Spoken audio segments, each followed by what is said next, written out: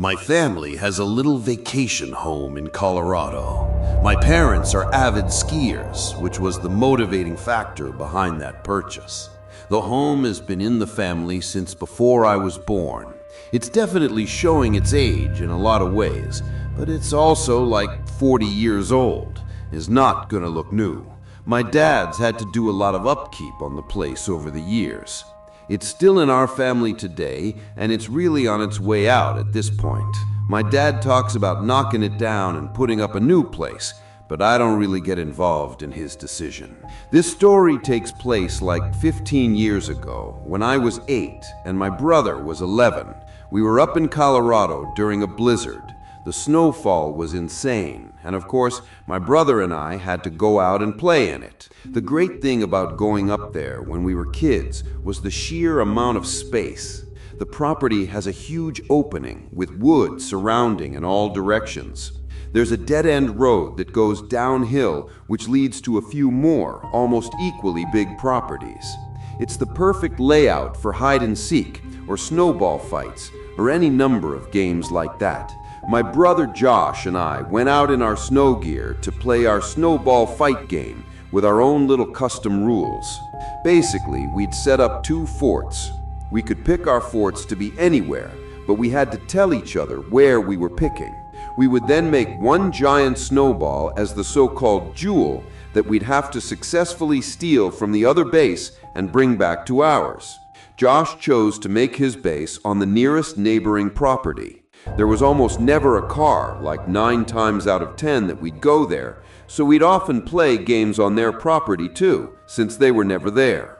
What we do is build little walls to emulate a fort, and then put the big snowball behind the walls. So to get to each other's bases in this game, we could either cut through the woods or take the road up or down to get to the opposite fort.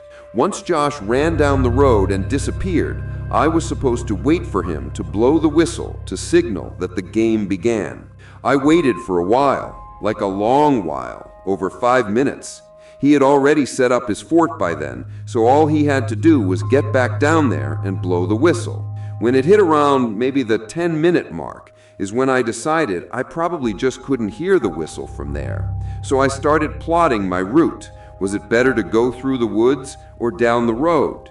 I opted for the road because, honestly, going through the woods during a blizzard at 8 years old was a scary thought. I started trudging through the unplowed snow on the ground as flakes of snow blew into my face. With the amount of layers my mom made me put on, though, I wasn't cold at all. As I approached the driveway to the neighboring property, I looked through the trees and didn't see Josh over there. With all the brush and trees bare in the winter, it was quite easy to see through the woods.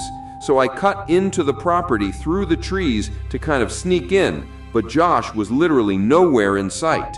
I saw his fort, so I looked around, and when I could confirm he wasn't anywhere in sight, I approached his fort to grab the jewel. Before I could, I heard a woman's voice yelling out, "Excuse me, are you looking for your brother?" I turned in the direction it came from, and it was an older woman at the front door of the neighbor's house. I called back that we're playing a game.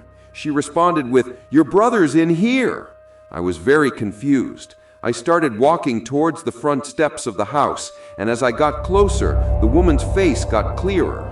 To my 8-year-old mind, she looked a lot older than she probably was. As I got closer to the house, I noticed that one of the upstairs windows there was someone looking out at me. For a second, I actually thought it was Josh.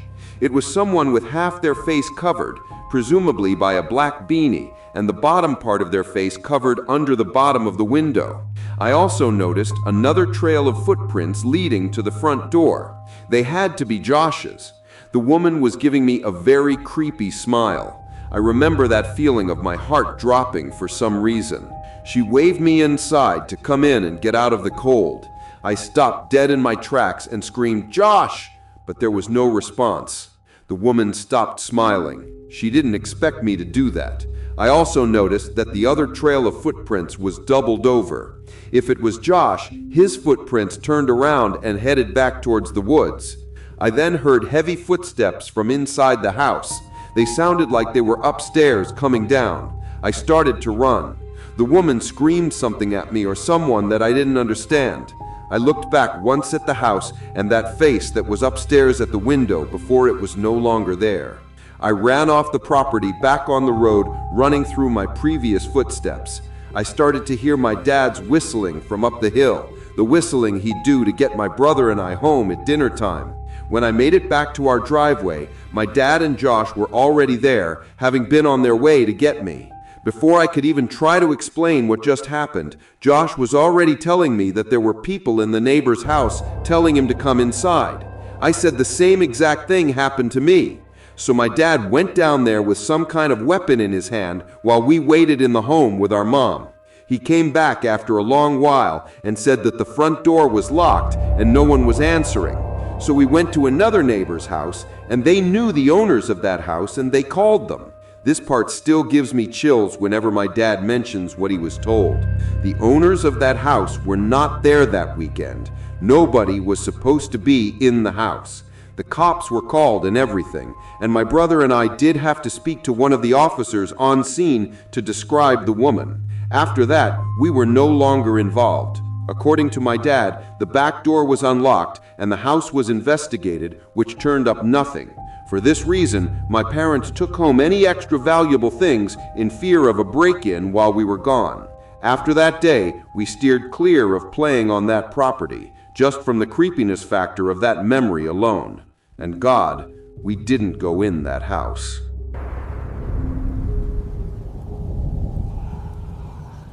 I've been skiing for as long as I'd been able to walk. My parents used to ski competitively. That's actually how they met. So it was really important to them that my siblings and I learned as early as possible. Fast forward about 20-odd years, and that's how old I am now. The story happened to me a few winters ago when I was 21 years old. I was a senior in college. Everyone knows the best skiing accessible to the Northeast is Vermont. It was going to be a trip like any other. It was me, Jaden, Ryland, and Amir. I can't remember for the life of me what mountain we were skiing that trip, as Jaden had booked the whole thing and Ryland was driving. What I do remember was that it was massive, with like 7 ski lifts covering all the different peaks. If I had to guess, it was Killington. We skied nearly 2 full days, and I'm sure there were still trails we missed. That's how big it was. It was the second day. After skiing the day before, we had a pretty good grasp on the trails we enjoyed, so this day would mostly be about testing ourselves and pushing the limits as per tradition. I'd also be lying if I said we didn't have a handful of fireball shooters to liven things up. We were having an extremely enjoyable trip. The double blacks never got boring, and racing down each slope was its own little game. We had maybe an hour left until the lifts closed. We were all exhausted, but we knew as soon as we hit the road to head home, we'd instantly miss the mountain again. We were contemplating how we would end the trip at the top of the lift when 2 girls without their helmets made their way over to us. Now, this might sound a little odd to some people, but I wouldn't be doing this story justice if I left out this detail. The girls, one brunette and one blonde, were drop-dead gorgeous, and I don't say that in any type of strange way.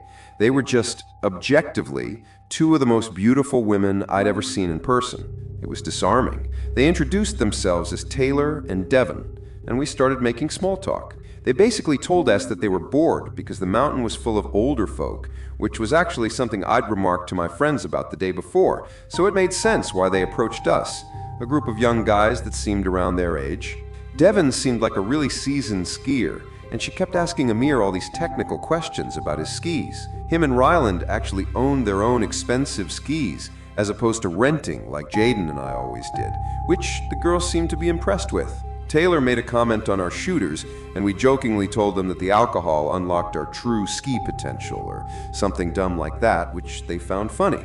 To our surprise, Devon pulled out an unmarked bottle and taunted us, calling us bitches for sticking to a drink as tame as Fireball. The 4 of us welcomed the challenge and happily swigged some of their bottle, which I could tell sent Ryland a little over the edge. He tends to drink more than he could handle, so this wasn't too surprising. I made a note not to drink too much because something about this whole situation just rubbed me the wrong way. I still had trouble believing that these 2 girls would want anything to do with some dumb kids like us, especially since we were all wearing helmets and our faces weren't exactly visible. Things were going really well though. Amir was being his usual overly flirtatious self, but Taylor seemed like she was into it, so I didn't complain. I figured we were just going to spend the remainder of our time on the slope with these girls, which I didn't really mind too much. Hell, maybe they knew something we could do after the slopes closed. Just then, Devin asked us if we had skied down a trail called Devil's Forest, a name which I definitely didn't recognize. Our other friend Chase would have had the trail map memorized, as he's literally a walking GPS, but he wasn't with us. We told him we hadn't, and they explained that it was a glade trail that's a little obscure and rarely open. For those who don't know, glades are basically trails that extend in between trees so that you're skiing through a forest. We actually enjoyed skiing glades more than anything else, so this Devil's Forest trail piqued our interest. We told them we were game, and they motioned for us to follow them. We reached a choke point on our skis, and they told us to take them off because we had to walk slightly uphill for a short while. I could tell we were in a relatively desolate part of the mountain, as the snow was perfectly fresh and there was no one around. The thought of an adventure was kind of invigorating though, so I thought nothing of it. Drunk and curious, we clipped our skis off and followed the girls up the mountain. Amir and Rylan ran ahead, presumably to flirt some more with them, and Jaden and I hung back a little bit to give them some space. As we followed, I could tell Jaden looked a little wary, so I asked him what was on his mind. I'd like to think of us as the rational, level-headed ones in the group. Amir was too unpredictable and impulsive, and Ryland would follow a girl if she led him off a cliff. Jaden said that it was weird that this supposed trail would be inaccessible from a ski lift, which I agreed with, and had never had to walk uphill to reach a trail before. We agreed to just keep a keen eye on things. What could two girls do to a group of 4 big guys anyway? They led us into the forest, and the terrain finally started leveling out. Jaden and I caught up with the group, and it was apparent that Ryland and Amir had both made considerable progress. Ryland had his arm around Devin, who was smiling and laughing. They pointed in the same direction we had been traveling, which had all of a sudden become a downward slope. I sighed, knowing this was another instance where we could have used Chase's help. He would have known exactly where we were and where this trail would have led. Jaden was still skeptical and asked the girls if they were sure that this was a real trail. They responded yes, and told us that it would also take us right back to the lifts. Before I could say anything, Devin pulled the bottle out again and told us we had to finish it.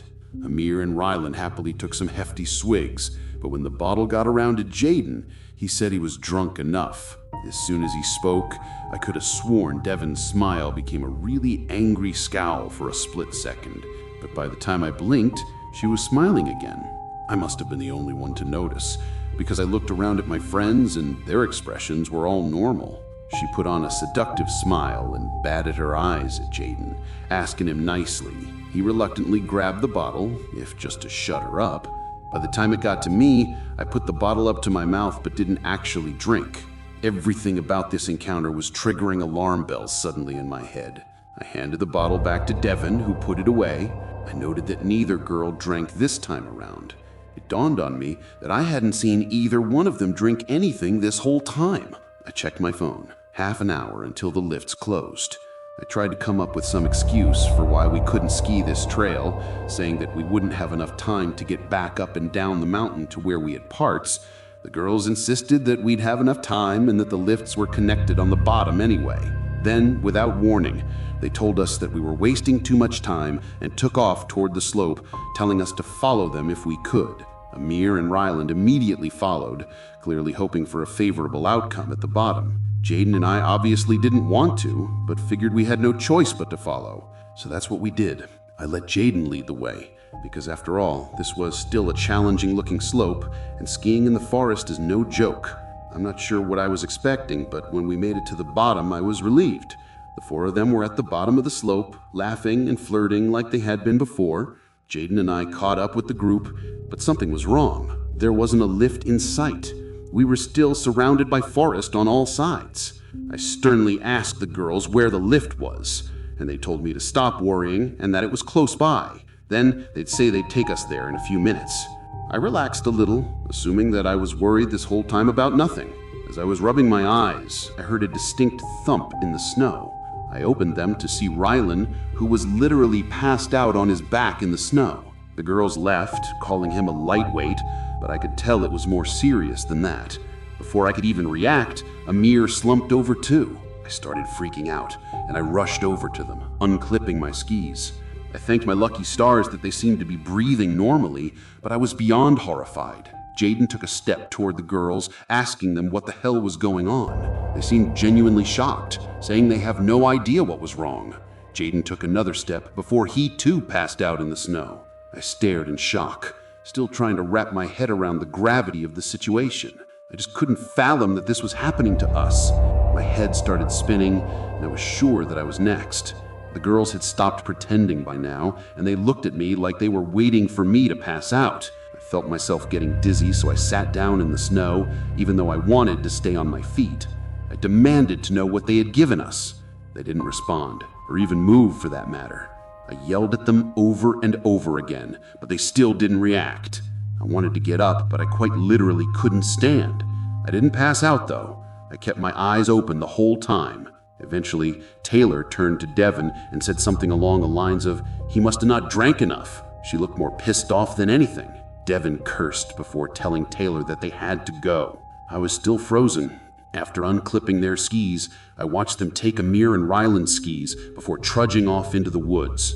I had to do something, but my body still felt numb. I couldn't just let them walk off with my friend's skis. I knew they wouldn't be able to move that fast, carrying 2 sets of skis each, especially through the snow. Another few minutes passed, and I started to regain control of my body. I stumbled after their tracks in the snow, but it was actually freakish how far they'd gotten, even with all that added weight. Eventually, I turned a bend and saw them in the distance, way ahead of me. I figured as long as I kept them in sight, I'd be able to track them down. I followed for a couple of minutes, and that's when things got crazy. The forest gave way to a clearing, which I could see turned into a road. You must have literally been on the opposite side of the ski mountain, which made sense looking back. That's when I noticed the van parked in the distance. I stopped in my tracks at the edge of the woods. The side of the van opened, and 4 big-looking dudes stepped out to intercept the girls. The girls motioned for the guys to get back in the van, and one of them turned and pointed directly at me. That's when I realized I was too deep, and also felt like an idiot for leaving my helpless friends unconscious in the woods. The guys from inside the van seemed to be debating whether or not they should leave or chase me, and I wasn't waiting another second. I started wobbling back the way I came, knowing I'd be able to find my friends on the account of the tracks I left behind in the snow. I found them, still passed out. I figured Jaden had the least to drink, so I tried shaking him awake first. After a couple of handfuls of snow to the face, he was awake enough to talk. I told him what had happened, still in shock. We tried waking Amir and Rylan up, but had no luck. Jaden and I figured we had no better option than praying those guys didn't decide to track us down. But they never came. I might not be telling the story if they had. We waited about an hour for our friends to wake up, and when they finally did, we told them everything. We had a million questions. Who were those girls? Who were those other guys? What were they going to do to us? It was chilling imagining what could have happened had I not been quick enough to pretend to drink. Best case scenario was that we would just woken up robbed, but even that would have been horrible. Something tells me that no one would go to those extremes just to rob some broke college-looking kids. Besides, who really keeps valuables on them when skiing? I guess Amir and Ryland's expensive skis were worth stealing, but it still felt like overkill. Plus, how would they have even known that we had expensive skis with us as opposed to renting? Things didn't make sense. Finding the car was hell, reporting it to the police was hell, the drive back home was hell. The people running the mountain swore they'd identify those people, but we obviously had to get back on the road and couldn't verify that. The police took it a little more seriously and told us we'd be updated should anything come up. It even made local news, I think. But it's been years now and they obviously never found anything. To this day, we have no idea what kind of roofie they even gave us. Nothing online described anything that was so effective so quickly, especially in a moderately small amount. Our best guess was that the substance was a mix of drugs, which makes sense because all my friends were feeling kind of woozy after they woke up. Those girls and whoever else was behind the whole thing were some sick people. I can only hope it was just an elaborate robbery and nothing more sinister. This is going to sound a little weird, but bear with me. Every winter, my friends Kyle, Ricky, and I have this little tradition of walking out onto this frozen lake a few towns over. It's not some grand event or anything. We just do it for fun. There's something about the vibe of being out there on the ice, surrounded by the quiet stillness that feels almost otherworldly. It's just one of those simple things we've always enjoyed. Call us weird, but we can never get enough of the serenity. If you've ever been out in nature by yourself, with the only sound being the gentle patter of snowflakes, you know what I'm talking about. It feels like you've got a piece of nature all to yourself. The photos always turn out great too, which is a huge plus for a couple of edgy guys like us. This happened this past winter. It's April as I'm writing this, so about 4 months ago now. I know what you're probably thinking, but don't worry, none of us fell through the ice. That's not what this story is about. It was snowing pretty heavily that night, which was the main reason we decided to go. It had been consistently below freezing for a couple of weeks too, so we were relatively confident the lake was completely frozen over. I'd personally take winter over summer any day of the week. I bet all my friends would agree. There are about 1 million reasons why, but one of them is as simple as the snowfall itself. First of all, it's just pretty. What I like most about it, though, is that you'll never find yourself in complete darkness. Even after sunset, the world isn't entirely dark. The light reflecting off the white snow blends day and night, so you're left with this really surreal feeling that doesn't arise from anything else. The moon was also pretty full that night, so that feeling was amplified. Kyle was driving that night. He had a pickup that handled well in the snow, so we just played it safe and let him drive, although Ricky was usually the one who chauffeured us around. The lake itself is surrounded by a thin forest, so we couldn't actually drive all the way to the water's edge. I don't think forest is the right word. It's really just a cluster of sparsely scattered trees, but it's more than enough to prevent a car from driving through. We parked in a nearby lot and got out of the car. It was freezing out. The three of us bundled up and walked toward the lake. I didn't smoke at the time. I still don't. But Ricky and Kyle both do, so they lit a couple of cigarettes as we walked. I think it was after midnight, but I can't say for sure. All I remember is that there wasn't a soul out there. Not an animal, not a person, nothing.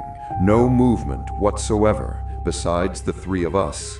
We reached the lake, and as we anticipated, it seemed completely frozen over. The three of us were laughing about something stupid when Kyle picked up a small boulder and chucked it onto the ice, testing its integrity. It didn't even crack, so we took that as an indication to make our way towards the middle of the lake. We obviously didn't go super far on the ice, that would have been careless, but we did venture a decent way away from the ledge. We were maybe 100 feet out when something caught our attention. On the far side of the lake, near the edge where the trees bordered the ice, something big and dark was moving. We stopped talking immediately. We just stopped in our tracks, watching. Remember, it was large, hunched over, and moving slowly toward the lake. Finally, we realized what we were looking at. It was a bear. Ricky was the first to say something. He whispered, "Is that a bear?" as quietly as he could. I didn't answer. My heart was already racing. If it was a bear, the last thing we wanted to do was draw its attention. We stood there, frozen, not even daring to breathe too loudly. But then, as the figure moved closer, something felt off. The way it walked wasn't quite right. Too upright, too human. It also looked like there was something dragging behind it. Nothing about it made sense. It was one of the most bizarre things I'd ever seen. And that's when it straightened up completely, and we realized the truth all at once. It wasn't a bear. It was a person wearing some kind of bear suit. Kyle said, "What the hell?" in a low voice, and I was thinking the exact same thing. I know it doesn't sound scary in a generic sense, but if you'd been there, you would have been terrified too. I tried to respond, but the words wouldn't come. I don't know if I was more afraid or confused, but something told me to stay quiet. The figure kept moving toward the ice, dragging something behind him. At first, it was hard to tell what it was. The snow blurred the details, but as he got closer, I realized he was holding a rope that was attached to the thing he was dragging. And a few moments later, we could see it more clearly. It was a small black bag. It looked like a smaller-sized garbage bag if they even made those. Either way, it was chilling. We stood there, unsure what to do. My mind was screaming at me to turn around and leave, but my body felt paralyzed. I couldn't move. I don't think Ricky and Kyle were too keen on turning around and leaving either, because neither of them flinched. I probably wouldn't have left right then, even if I hadn't been so scared. I needed to know what that person was doing. And then, as if the situation couldn't get any stranger, the man unzipped and stepped out of the bear suit. Seeing him as a person didn't make things any better. He wasn't particularly large or intimidating, but there was something unsettling about him. We watched him as he bent down, presumably to pick up a rock, but I couldn't tell from so far away. And then the sound started. He knelt down, holding what looked like a rock, and began repeatedly slamming it into the ice. It might have been placebo, but I swear I could feel the vibration in the ice even from the distance. He was trying to break through, most likely to dispose of whatever was in that bag. Ricky tapped my shoulder, and I turned to see him and Kyle moving back towards solid ground. Without a word, I followed soon, and the three of us tried to move quickly without making too much noise. Every step felt deafening in the quiet, even though I knew there was no way that guy could hear the crunch of snow from that far away. We barely made it a few yards when a voice yelled out, "Hey!" from behind us. I didn't even look back. I just started running, praying that guy didn't have a gun. The cold didn't help. I found myself starting to get winded after not even a minute of running. I don't know if he followed. I don't think he did. But in that moment, we were in full-on panic mode. We reached the edge of the lake, and at that point, I was gasping for breath. After a very short break, we made our way back to the car silently, and Kyle drove off immediately. None of us had any idea what we had just seen. Kyle said it was probably someone dumping their trash, but I told him that was ridiculous. Who in the right mind would dress up in a bear suit in the middle of the winter to illegally dump their trash? There was no way. Ricky said it was definitely someone dumping a body, but I told him the bag was too small for that. The three of us talked about it the whole ride home, but we couldn't agree on a definite explanation. We never got an answer. The reason I'm thinking about this now is because my mom was watching TV the other day, and an old missing persons report popped up on the screen. It was a child from around our area, and the timeline of his disappearance matched up pretty closely with what we had seen on that lake.